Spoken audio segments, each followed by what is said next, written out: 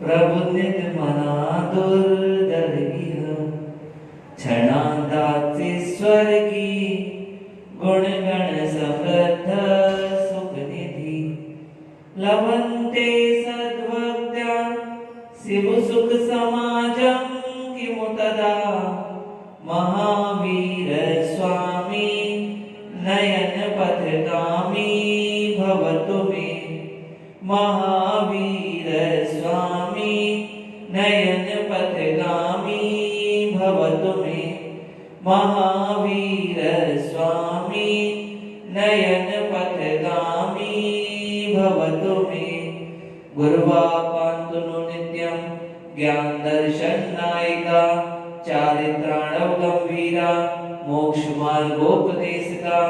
जय बोली पंच परमेष्ठी भगवान की, जय बोली श्री देवादिक जरासी आदि ब्रह्मादिनाथ भगवान की, जय बोली श्री देवादिक जरासी कल्पतरु शांतिनाथ भगवान की, जय बोली श्री देवादिक जरासी चिंतामणि पार्श्वनाथ भगवान की, जय बोलिए परम पूज्य वात्सल रत्नाकराचार्य उदय श्री विमल सागर जी महाराज की, जय बोलिए परम पूज्य तपस्वी सम्राट आचार्य उदय श्री सन्मति सागर जी महाराज की, जय बोलिए परम पूज्य अध्यात्मयोगी राष्ट्रसंत आचार्य उदय श्री सुंदर सागर जी गुरुदेव की, जय बोलिए पूज्य मुनि श्री पुण्य सागर जी गुरुदेव की, समस्त आचार्य संघ की, उत्तम शौच धर्म की, द्वादश में जिह्वाणी माता की।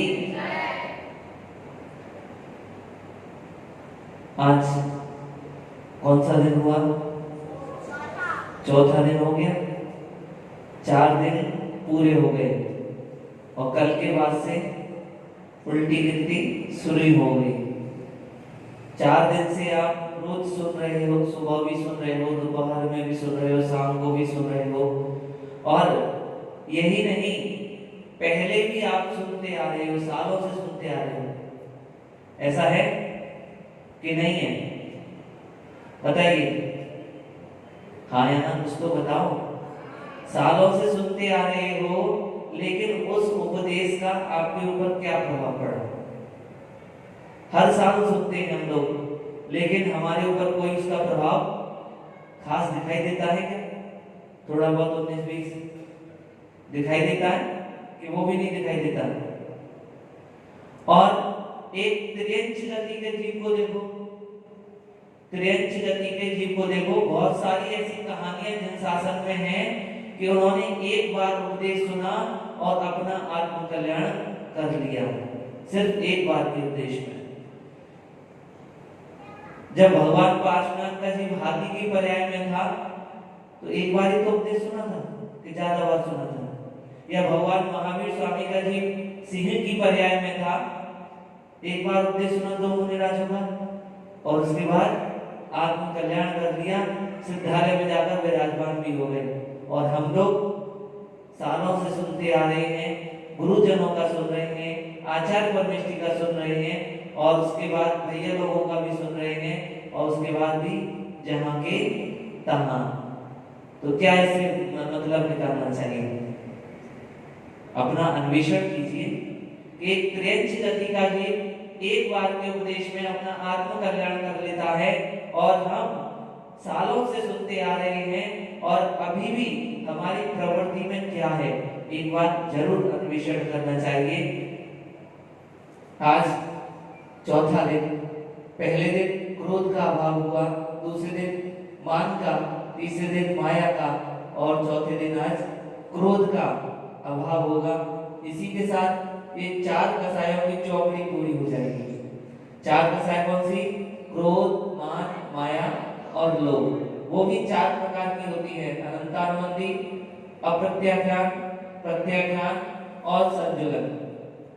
अनंतानुबंधी पहले दूसरे गुण स्थान में, और अप्रत्याख्यान तीसरे चौथे गुण स्थान में, पांचवें गुण स्थान में, तीसरे चौथे गुण स्थान में, पांचवें में प्रत्याख्यानावरण, और छठे से लेके 10वें तक, 10वें में सूक्ष्म लोभ रह जाता है, 10वें तक संजुलन कसाय का सद्भाव पाया जाता है।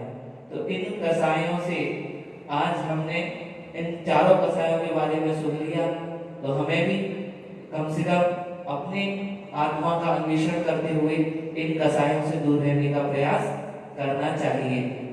आज हम लोभ को समझेंगे। लोभ हम अपने जीवन में किस प्रकार से लोभ करते हैं।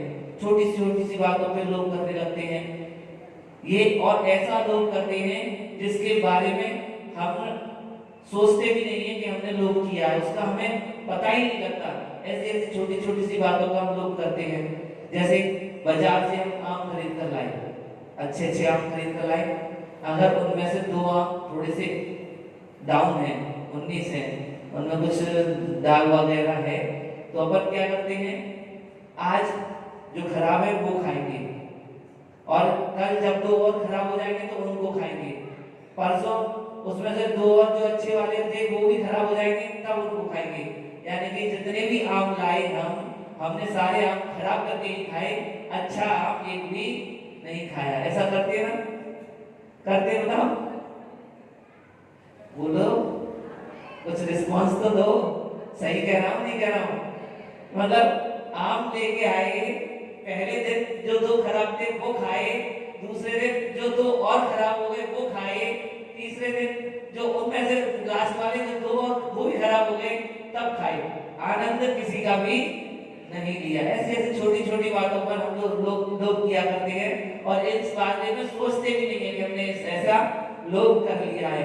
दूसरा, रिक्शे वाले का, आप कहीं जा रहे हैं, अब बच्चे पढ़ रहे हैं, यूनिवर्सिटी जाते हैं, या आप लोग कहीं मार्केट जाते हैं, बस स्टैंड जाते हैं, रेलवे स्टेशन जाते हैं, आपको पता है रेलवे स्टेशन का 15 रुपए लगता है, ठीक है, और उस रिक्शे वाले ने आपसे 20 या 25 रुपए मांग लिए, तो आपका व्यवहार क्या होगा उस समय, आपका रिएक्शन क्या होगा बताइए?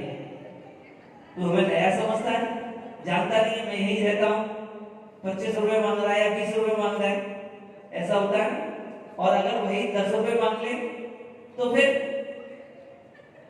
अगर उसने 10 रुपए मांग लिए तो फिर क्या होगा? चुपचाप बैठ के चले जाओगे, उससे ये नहीं पूछोगे तू नया आया है क्या यहाँ पर जो 10 रुपए मांग रहा है, उससे एक बार भी नहीं बोलोगे, चुपचाप बैठोगे और 10 रुपए में वहां जाके उतर जाओगे। छोटी बातों पर लोग किया करते हैं। ट्रेन में सफर हम कर रहे हैं और टीटी आ गया हमारे पास, अपने उसूलों के साथ हम खिलवाड़ कर देते हैं, अपने सिद्धांतों के साथ समझौता कर लेते हैं, 100 रुपए दे देते हैं टीटी को और टिकट से बच जाते हैं। गवर्नमेंट का नुकसान कर दिया, उसकी जेब में 100 रुपए का नोट डाल दिया, उससे क्या किया आपने? सरकार का तो नुकसान किया, आपने अपना भी दिया 100 रुपए, 100 और दे देते तो टिकट नहीं बनवा लेते उससे, लेकिन नहीं, वहां भी हम लोग ऐसी छोटी बातों पर लोग किया करते हैं, और ये हमारे आचरण में आ चुका है। ऐसा हम इस बारे में सोचते भी नहीं है कि हमने इस तरीके का लोग कर दिया है। तो लोग बड़ा ही खतरनाक है। लोग के बारे में, लोग के वशीभूत होकर हम क्या नहीं करते। एक बार की बात है, एक सेठ उसके घर में बहुत सारा धन था, लेकिन क्या था, बिल्कुल कंजूस था, एकदम मक्खी चूस। और उसने क्या कर रखा था, अपने धन से सोने का बैल बनवा रखा था, आदि चीजें बनवा रखी थी। तो उसे जितने सोने के आइटम उसके पास थे, उसका उसे बहुमान तो था, लेकिन लोग और लगा हुआ था कि मेरी जोड़ा इसका कम है, बैल का जोड़ा और होना चाहिए, दूसरा बैल भी बना लूं।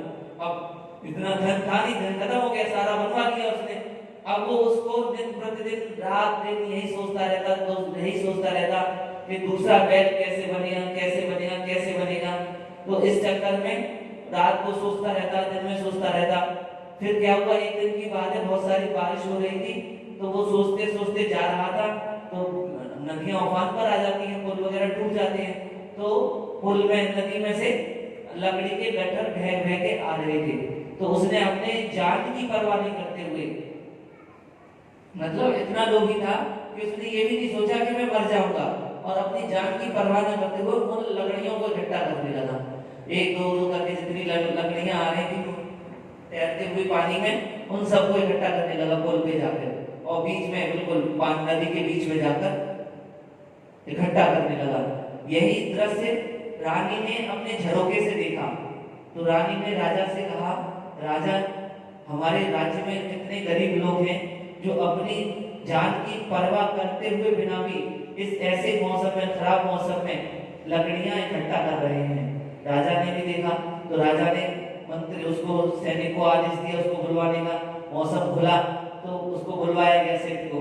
तो सेठ राजा ने सेठ से पूछा, तुम उस दिन नदी में लकड़ियां इकट्ठा कर रहे थे तो क्या बात है, तुम पर धन की कमी है, क्या बात है? बोला, मुझे तो धन की कोई कमी नहीं है, मेरे पास धन बहुत है, लेकिन मेरे पास एक बैल नहीं है, मुझे वैसा ही बैल चाहिए।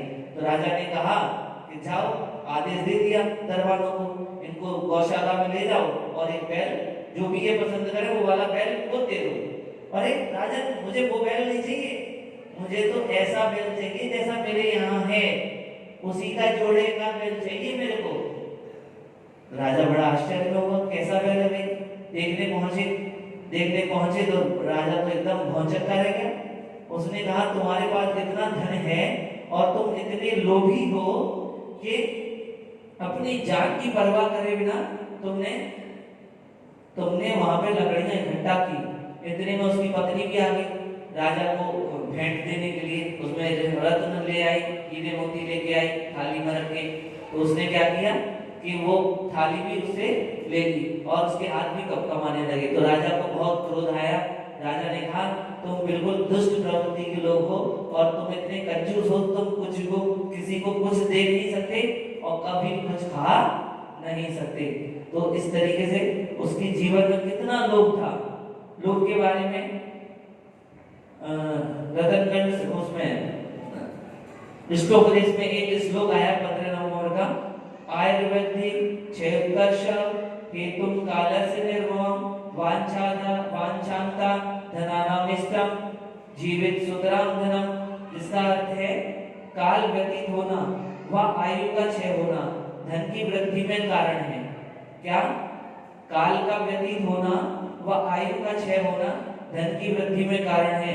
लोभी व्यक्ति चाहता है कि जितना काल बीतेगा उतना उसके ब्याज में बढ़ोतरी हो जाएगी, यानी उसको काल बीतने पर अपनी आयु और धन उसका क्षय का उसको चिंता नहीं रहती कि मेरी आयु खत्म हो जाएगी, मेरा जीवन समाप्त हो जाएगा, उसकी चिंता नहीं है, अपनी आत्मा की चिंता नहीं करता।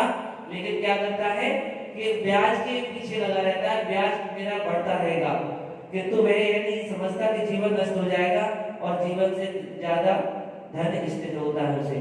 तो अपने जीवन में धन को ज्यादा महत्व देता है, जीवन को महत्व नहीं देता। और आचार्य और पंडित पंडित ध्यानंद राय जी ने अपनी पूजन में क्या कहा, धर हृदय संतोष कर्मो तपस्या देह सो। अपने हृदय में संतोष रखिए और तपस्या देह से कीजिए। शौच सदा निर्दोष धर्म बड़ो संसार में, क्योंकि उत्तम शौच जो है वो एकदम निर्दोष है और संसार में बड़ा धर्म है। उत्तम शौच लोभ सब जाना और लोभ पाप का बाप बखाना। लोभ पाप का बाप। इस युक्ति पर मुझे एक कथानक याद आता है। एक बार की बात है, एक पंडित था और वो विद्या अध्ययन करके बनारस से 12 साल बाद घर पे लौटा 12 साल बाद। तो उसकी पत्नी ने पूछा कि तुम विद्या अध्ययन कराए? कि हाँ मैं कराए, मैं सब शास्त्रों में निपुण हो गया, मैंने सब कुछ अध्ययन कर लिया, अब मेरा कुछ भी शेष नहीं है, मैं सब विद्याओं में पारंगत हो गया हूँ। तो पत्नी ने उससे पूछा कि तुम ये बताओ, अगर तुम सारा अध्ययन करके आई हो तो ये बताओ, लोभ पाप का बाप क्यों कहा गया है? इसका मतलब समझाओ मुझे, लोभ पाप का बाप क्यों कहा गया? वो तो बड़ा चक्कर में पड़ गया, बोला ये तो मैंने कहीं भी नहीं पढ़ा लोभ पाप का बाप। तो पत्नी बोली, तुमने पढ़ा हो या नहीं पढ़ा हो, लेकिन जब तक तुम इसका आंसर नहीं दोगे तब तक मैं ये नहीं मानूंगी तुमने अध्ययन किया है। दोबारा जाओ बनारस लौटकर और अध्ययन करके लौट कर आओ। अब क्या करता बेचारा? पत्नी ने कहा तो जाना तो पड़ेगा ही। दोबारा चल दिया, रास्ते में ऐसे एक जगह धर्मशाला मिली और वहां ठहर गया। अब समय पहले तो पैदल किया, साइकिल उससे गाड़ी से जाते थे, बैलगाड़ी से तो समय लगता था। तो रात में वहां ठहर गया, भोजन पानी की व्यवस्था करने की व्यवस्था करने लगा और वहां ठहर गया। ठहर गया तो वहां पर एक पास में ही वेश्या रहती थी, तो वो आ गई वहां पर और उसने मुझसे पूछा कि तुम कौन हो और कहाँ से आए हो। तो उसने कहा कि मैं पंडित हूँ और विद्या अध्ययन करके बनारस से लौट के आया था, और जब मेरी पत्नी ने मेरे से ये पूछ लिया कि लोग बाप का बाप क्यों है, तो मेरे को समझ में नहीं आया, तो मैं क्या करूं। तो मेरी पत्नी ने दोबारा कहा है तो मैं दोबारा अध्ययन के लिए बनारस जा रहा हूँ। तो उसने ये कहा कि तुम बनारस क्यों जा रहे हो, मैं ही तुम्हें यहाँ सिखला देती हूँ कि लोग बाप का बाप कैसे है।